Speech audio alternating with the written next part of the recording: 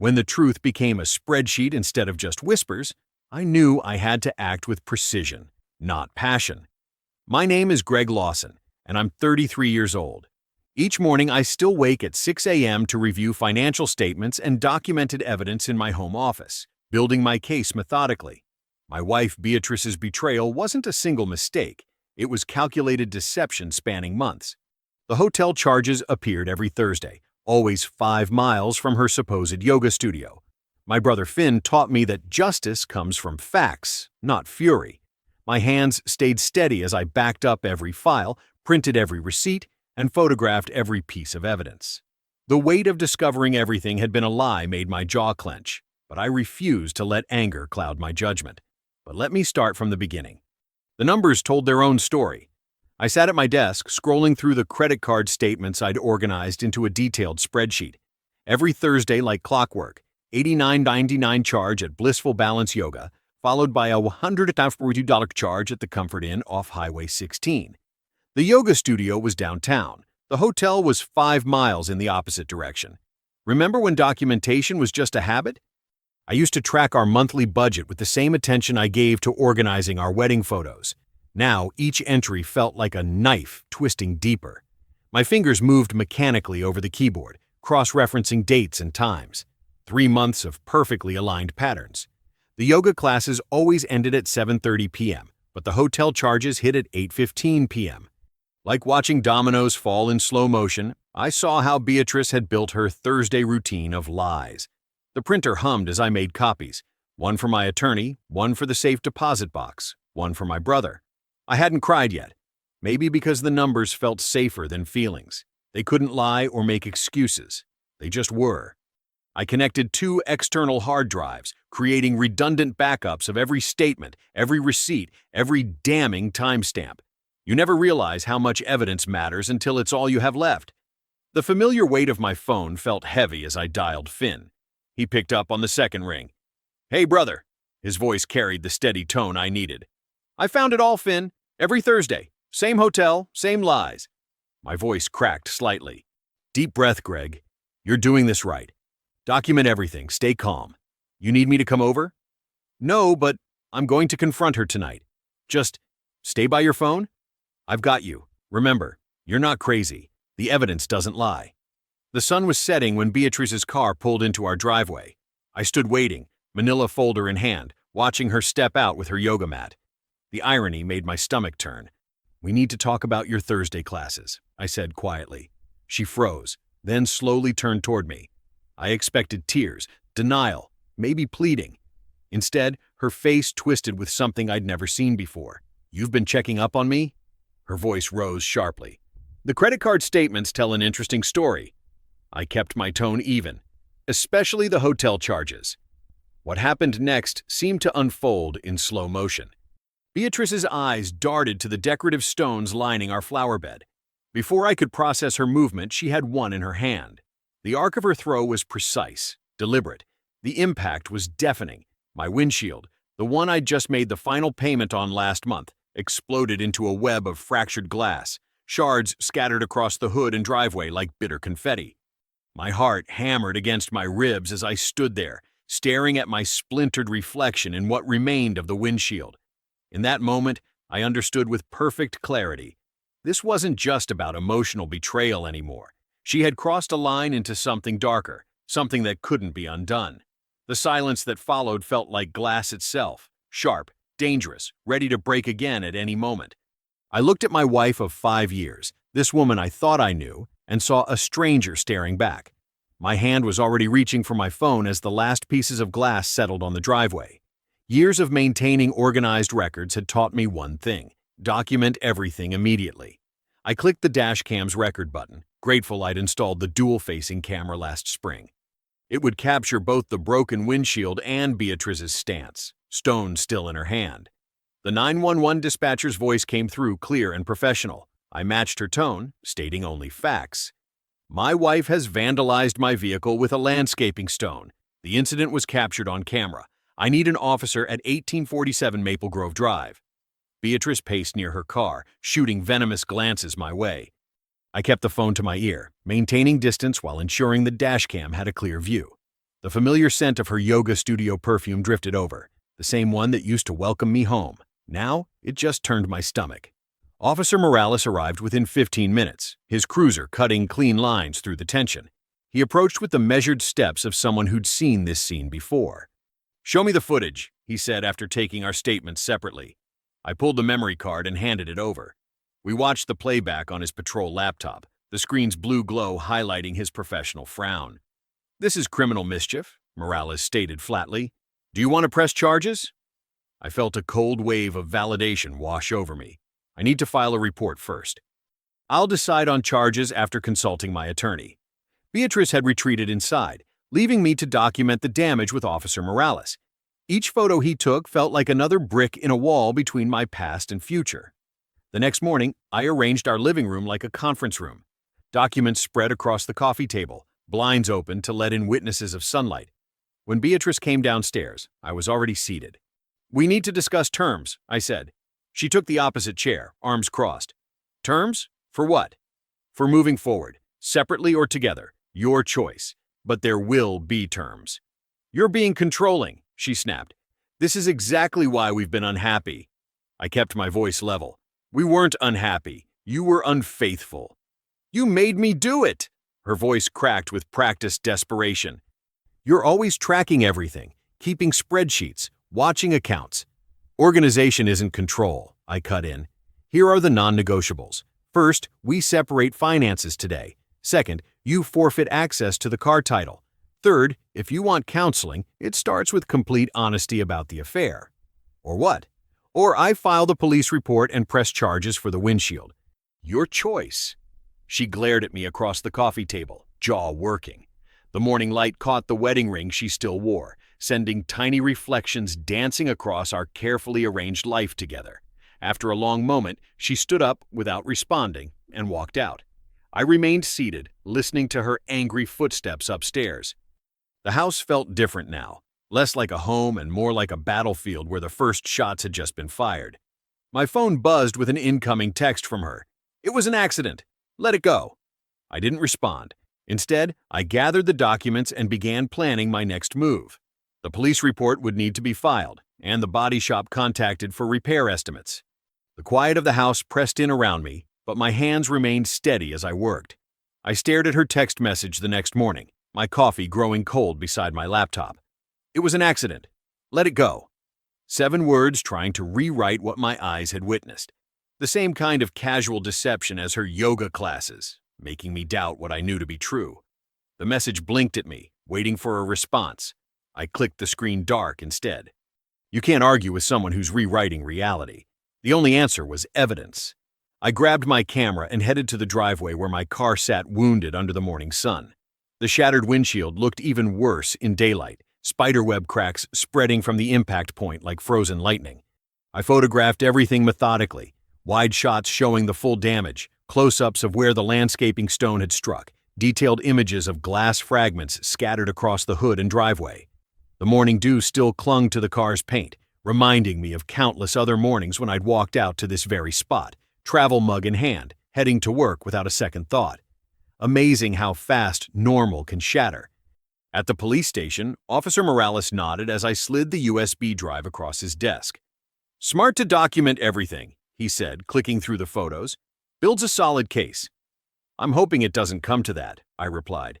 "But experience says hope isn't much of a strategy." He pulled out a fresh report form. "Let's get everything on record. Start from the beginning." For the next hour, we built the official narrative. Timestamps. Witness statements, photo evidence, each detail another brick in the wall between truth and denial. Morales took notes in his precise handwriting, occasionally asking for clarification, but mostly letting me lay out the facts. "Sign here," he said finally, sliding the completed report across the desk. "We'll keep this on file. If anything else happens, call immediately." Back home, the house felt too quiet, too empty. Even with all the lights on, shadows seemed to gather in the corners. I sat at my desk, organizing the day's documentation into my growing evidence folder, police report, photo files, screen captures of her text message, each piece another thread in a web of truth I was weaving. My chest tightened as I worked.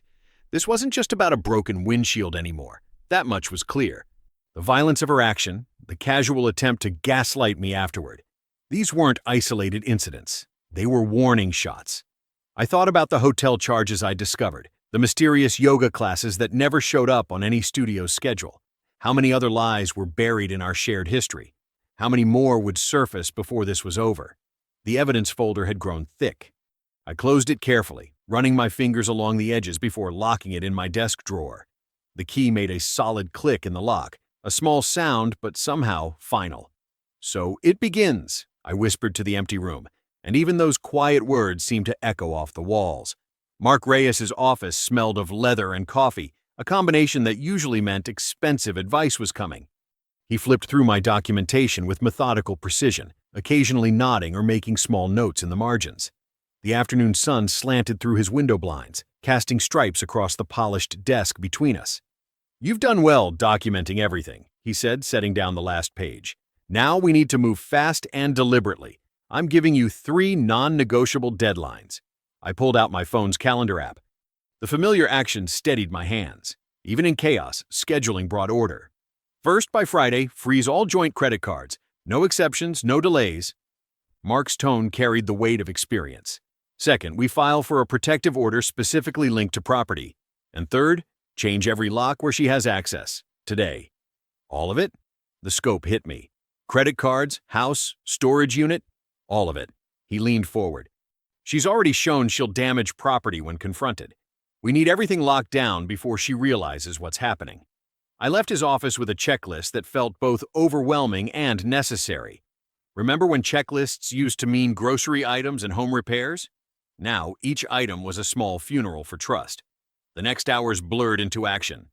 I drafted letters to 3 banks, my fingers steady on the keyboard despite the churning in my gut. Each email requested immediate account freezes, citing the police report number. The locksmith scheduled me for that evening, an extra fee for after-hours service that I logged in my growing spreadsheet of betrayals costs. By sunset, I had new keys in hand and a stack of confirmation emails from the banks. The physical effort of changing locks had left me drained, but there was a fortification in it too. Each new deadbolt clicked into place like a full stop at the end of a sentence. Finn arrived as promised, laptop under his arm, and that solid big brother energy I needed more than ever. We sat at my kitchen table, the same one where I'd eaten countless meals with Beatrice, now transformed into a command center for financial archaeology. "Let's dig," Finn said, pulling up credit monitoring sites. "I've got mine bookmarked from when Sarah and I bought the house. We'll start with the basics." The familiar rhythm of working with my brother almost made it feel normal. Almost. We scrolled through statements and history, looking for patterns, anomalies, anything out of place. "Wait!" Finn's voice sharpened. "Go back to that credit report section." I scrolled up, and there it was. A new credit card opened 3 months ago. My social security number, but an address I'd never seen before. "That's not—" My voice trailed off as the implications hit. The room seemed to tilt slightly. "I never applied for that card." Finn's expression hardened as he pulled up the account details. The statement appeared on screen, each line item a fresh betrayal. I stared at the unfamiliar address, feeling my stomach drop into some new depth I hadn't known existed. The numbers swam before my eyes. This wasn't just about a broken windshield or hidden hotel charges anymore. This was identity theft. From my own wife. "Greg?" Finn's voice seemed to come from far away. "You okay?" I couldn't take my eyes off the fraudulent account statement glowing on the screen. How deep did this deception go? What else would we find? 3 days after finding the fraudulent card, I sat across from Detective Morales at his desk in the precinct. The fluorescent lights hummed overhead, making everything feel slightly unreal. Remember those old cop shows where detectives' desks were covered in coffee cups and scattered papers? His was immaculate, just a laptop, a notepad, and my growing stack of evidence. "Walk me through what you've gathered," he said, his weathered face neutral but attentive. I pulled out the first folder. Everything's dated and organized chronologically. The dashcam footage shows the windshield incident clearly. I've included the original file and 3 backups. Morales nodded, examining the USB drive before setting it aside. "Smart. Digital evidence needs a clean chain." My hands stayed steady as I laid out the next items. Here are the receipts from our joint accounts showing unusual patterns. Hotel charges, restaurant bills for 2 on nights I was working late, text messages where she admits to being at those locations. though she claims different reasons. The detective's pen moved across his notepad in short, precise strokes. The scratch of his writing filled the silence as he studied each document. "These admissions in the texts," he said, tapping one message thread, "they create a timeline that matches the charges. You've documented this well." Something in my chest loosened slightly. When you're deep in collecting evidence, you sometimes wonder if you're seeing patterns that aren't there. Having a professional validate your work, it matters. Morales spent the next 20 minutes reviewing everything methodically. The quiet felt like a physical presence in the room. Finally, he looked up and said the words I needed to hear. "This is a solid chain of custody. Every piece connects." I exhaled slowly, feeling the weight of official validation. You can tell yourself you're right, but hearing it from law enforcement hits different. "I'll add this to the case file," he said, organizing the documents into his system. "Keep gathering evidence the way you have been. It's making our job easier." Back home that evening, I was sorting through mail when I found the envelope from the body shop. My hands shook slightly as I opened it. Seeing the damage itemized would make it all real again. The estimate was broken down line by line: windshield replacement, labor costs, additional damage to the frame where the stone had struck. My eyes fixed on the total at the bottom, $2,147.93. Something nagged at my memory. I pulled up the fraudulent credit card statement on my laptop, scrolling to the most recent charges. There it was, a single transaction for exactly $2,847.93. The room seemed to grow colder. I laid the estimate next to the credit statement, comparing the numbers again and again. The match was perfect, down to the last cent. My mind raced as the implications sank in. Beatrice hadn't just stolen my identity to open a credit card. She was using it to pay for the damage she'd caused, financing her own destruction of my property through theft. I gripped the papers tighter, feeling a mix of dread and anger surge through me. This wasn't random. This wasn't coincidence. This was calculated financial sabotage, executed with a precision that made my skin crawl. The fraudulent credit card was just the beginning. I spent the next morning tracing every document connected to my Social Security number, methodically building a timeline of deception. My dining room table became command central. Laptop open, papers sorted in precise rows, sticky notes marking suspicious patterns. Remember those old detective movies where they'd pin photos to a wall, connecting them with red string? That's how my mind worked that morning, drawing lines between seemingly random details until the picture emerged. A letter from an apartment complex I'd never heard of caught my attention. Inside was a payment reminder for a lease guarantee bearing my signature. My heart rate picked up as I studied the document. The flowing script looked close to my handwriting, but certain letters were off. The G in Greg had an extra loop. The L in Lawson tilted too far right. I called Mark Reyes immediately. 20 minutes later, I was in his office, watching his face darken as he examined the lease guarantee. "This is serious, Greg," he said, setting the paper down carefully. "A guarantee makes you legally responsible for all payments. If the primary tenant defaults, they come after you." My mouth went dry. "But I never signed this." "No, you didn't." Mark leaned forward, his expression grim. "But proving that will take work. Whoever forged this knew enough about your signature to make it convincing." I felt my jaw tighten. "Someone who's seen me sign things hundreds of times." Mark nodded slowly. "Keep digging. If there's one forged document, there might be more," I finished. Back home, I attacked the paper trail with renewed intensity. Every file, every folder, every document that crossed our kitchen table in the last year, I reviewed them all. The afternoon light was fading when I found it, buried in a stack of car maintenance records. A title transfer for my car, my signature, forged again, but this time with something that made my blood run cold. A notary stamp. I stared at that little circular mark, feeling like I'd been punched in the gut.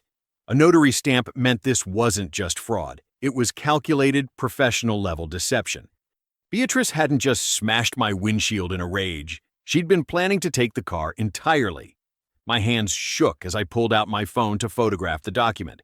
The betrayal hit differently now. Not just emotional, not just financial, but an orchestrated attempt to strip away everything I'd worked for. The forged title transfer sat on my desk like a live grenade. In the growing darkness of my home office, I gripped the edge of my desk, trying to steady my breathing.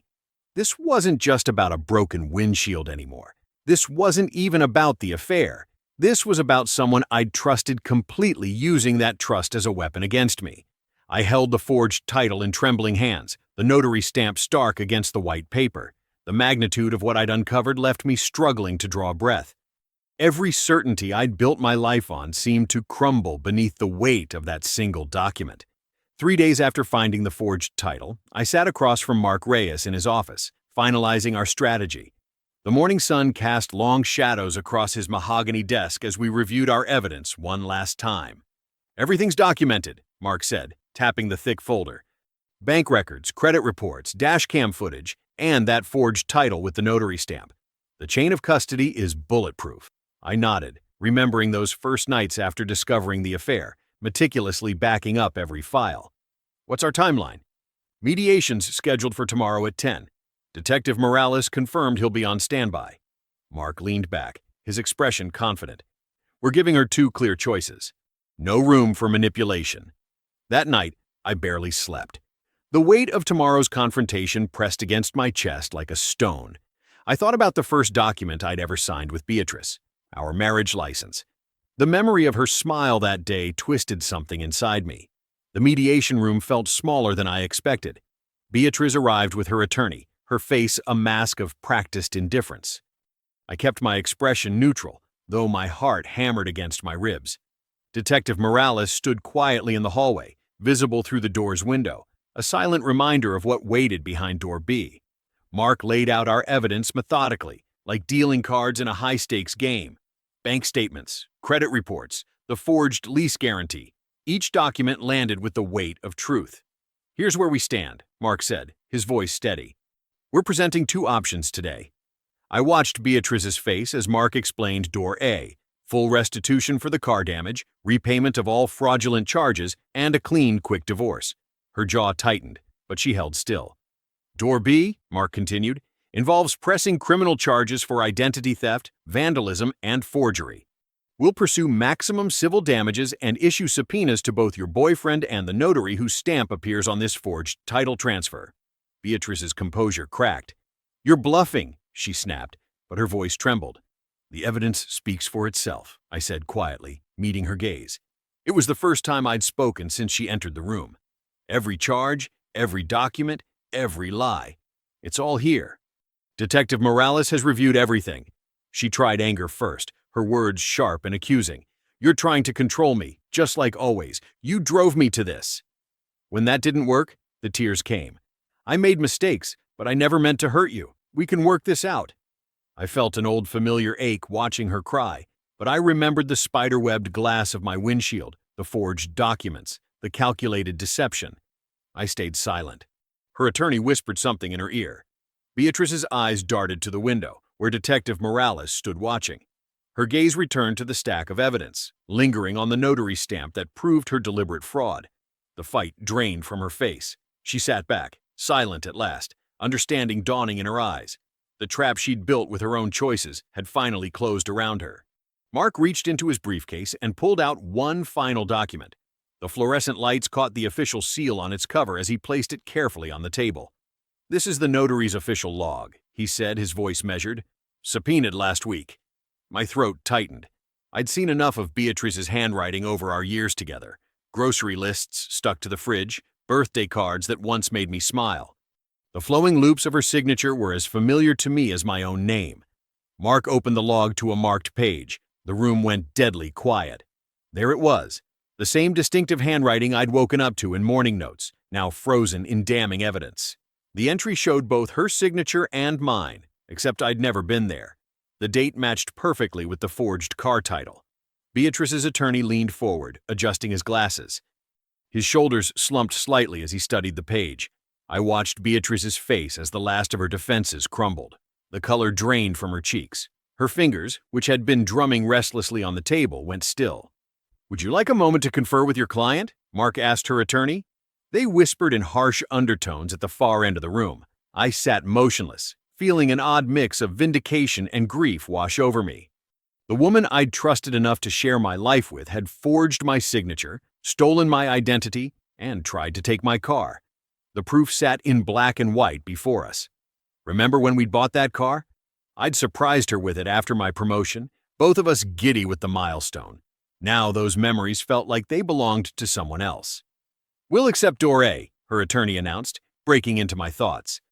The next hour passed in a blur of signatures and initials, full restitution for the car damage, repayment of all fraudulent charges, my house secured in the settlement, written confirmation that my credit would be cleared of all unauthorized accounts. Beatrice signed each page without meeting my eyes. Her hand trembled slightly, but she didn't speak. The fight had drained out of her completely. When the last document was signed, Mark gathered everything into his folder. "We're done here," he said quietly. Detective Morales gave me a short nod as I passed him in the hallway. The weight of the past months, the discovery, the documentation, the confrontation, pressed against my chest. But something else rose alongside it. Certainty. I'd faced betrayal with principles instead of rage. I'd sought justice instead of revenge. I'd held my boundaries firm when they were tested most. I stepped out of the building into the late morning sun. The air felt lighter somehow, not easier. There was still pain, still grief, still a long road ahead. But as I stood there, I knew I'd chosen the right path. Some victories aren't measured in documents or settlements, but in the quiet knowledge that you stayed true to yourself when it mattered most. The sunlight caught the glass doors behind me, and for a moment I saw my reflection, clear and unbroken. The settlement papers arrived by certified mail 3 weeks later. I signed for them, noting how steady my hand felt compared to that first night of discovery. Amazing what time and truth can do for a shaken spirit. The house echoed differently now, not with emptiness, but with possibility. I'd repainted the living room, sage green replacing the burgundy Beatrice had insisted on. The new color reminded me of hiking trails back home, of clarity and clean air. My brother Finn helped me organize the garage that weekend, sorting through boxes and old memories. "You're looking better," he said, hefting a bin of holiday decorations we'd decided to donate. "More like yourself." I nodded, thinking about the spreadsheets still saved on my hard drive. They'd served their purpose, not just tracking betrayal, but proving that systems and principles could guide you through chaos. "Documentation beats devastation," I told him, managing a small smile. The body shop called on a Tuesday. The new windshield had arrived, and they could install it that afternoon. But I asked them to deliver it instead. Some repairs you need to do yourself. That's how I found myself in my driveway as the sun began its westward slide. The glass lay carefully wrapped beside my toolbox, catching glints of light through the protective covering. I'd watched enough tutorials, read the manual front to back. This wasn't about saving money. It was about rebuilding with my own hands. Carefully, I removed the old windshield, each broken piece a reminder of that night. The shards tinkled into the garbage bag, no longer weapons, but just waste to be discarded. The new mounting brackets felt solid in my grip as I secured them. Time seemed to slow as I lifted the new windshield with my suction cup handles. The weight felt right, balanced. Each movement measured, each seal checked twice. No rushing, no shortcuts. The same attention to detail that had protected me through the divorce now guided the glass home. The final bolt tightened with a satisfying click. I stepped back, wiping sweat from my forehead with my sleeve. The afternoon sun hit the fresh glass at just the right angle, transforming it into a pristine horizon. No cracks, no spiderwebs, no distortions, just clarity stretching out before me. I reached into my pocket and pulled out 2 things, my car keys and the new title, printed on crisp paper with only my name in black ink. Laying them both on the warm hood, I took a deep breath. My phone buzzed, a text from Detective Morales confirming the last fraudulent account had been cleared from my credit report. The circle was complete. Not just the practical victories, the house, the car, the restored credit, but something deeper. I'd faced betrayal without becoming bitter, sought justice without seeking vengeance. Standing there in my driveway, watching the sun play across unblemished glass, I finally understood the full truth. Peace arrives when boundaries become non-negotiable, not as walls to keep life out, but as foundations to build life upon. The keys caught the sunlight, throwing tiny sparks against the pristine windshield. Behind it lay a clear road ahead, one I'd navigate on my own terms, with principles intact and horizon wide open.